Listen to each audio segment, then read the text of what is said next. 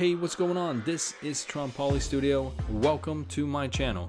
Make sure to like, subscribe, and turn on that notification to get the latest videos on art books for movies and video games, collectibles, and art projects, because that's what you'll find right here.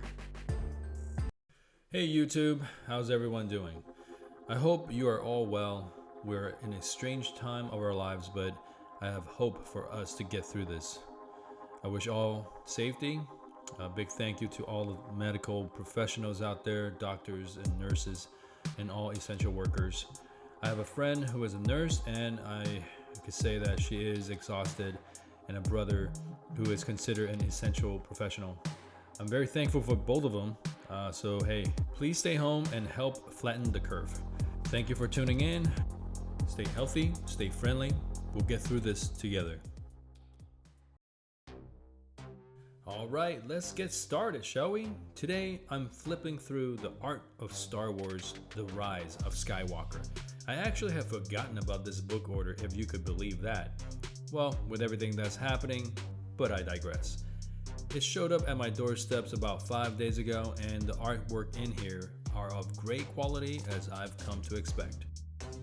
The Star Wars The Skywalker saga has come to an end, complete with a release of their 4K Ultra HD Blu-ray box set, and a new LEGO game slated for this December 31st, 2020.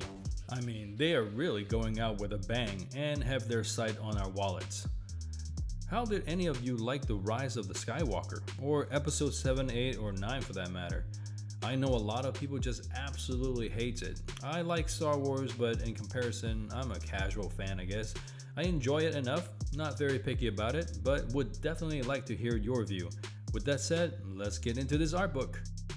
This book actually starts out with a few pages of The Last Jedi. It's a bit odd, but I enjoyed it since I do not own the art book for The Last Jedi. The book organizes its chapter like this.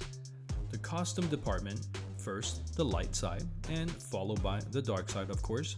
I thought this was interesting to do, to separating costume/character design in two sides of the force instead of individual characters.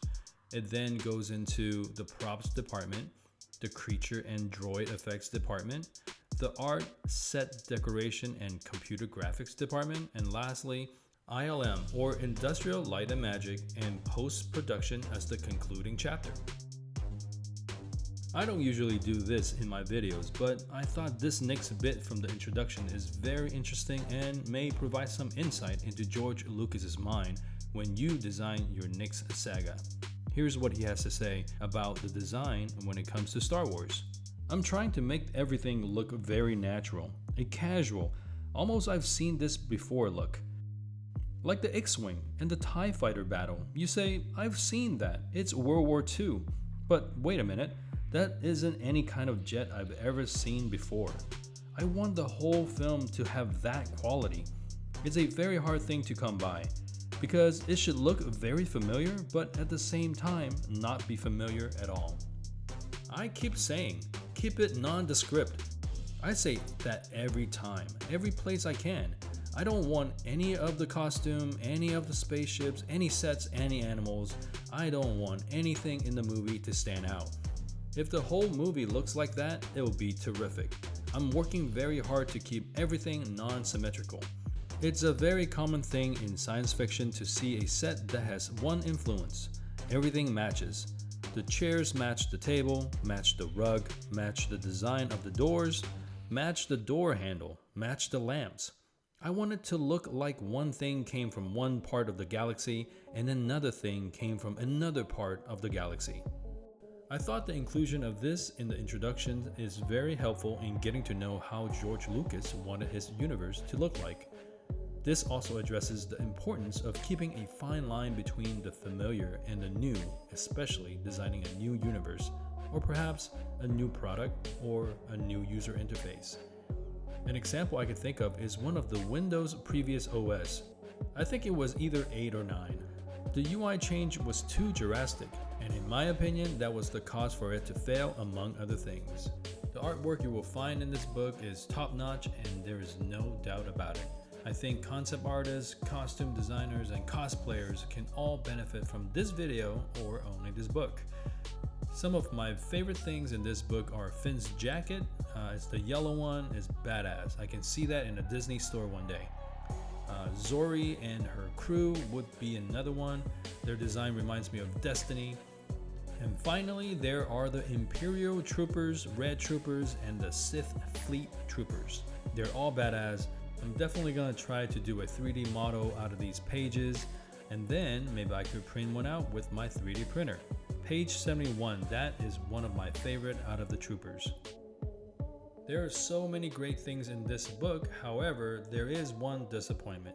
This is the Rise of the Skywalker art book, but Palpatine is nowhere to be found.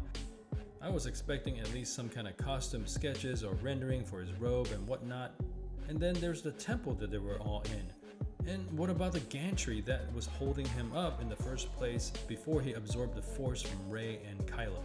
Nothing. Zilch. With that said, I still like what I see in this book. What do you guys think? Do you like what you see in this book despite the fact Palpatine is MIA? Leave me a comment and let's chat. Well, that's my time. I hope you enjoyed the rest of this video. Please give it a like, leave me a comment, share this with a friend or a foe. Consider subscribing for a future art related video. Thank you for watching. Stay home and stay safe. Maybe catch up with the other videos I have on this channel. I'll catch you in the next flip through video.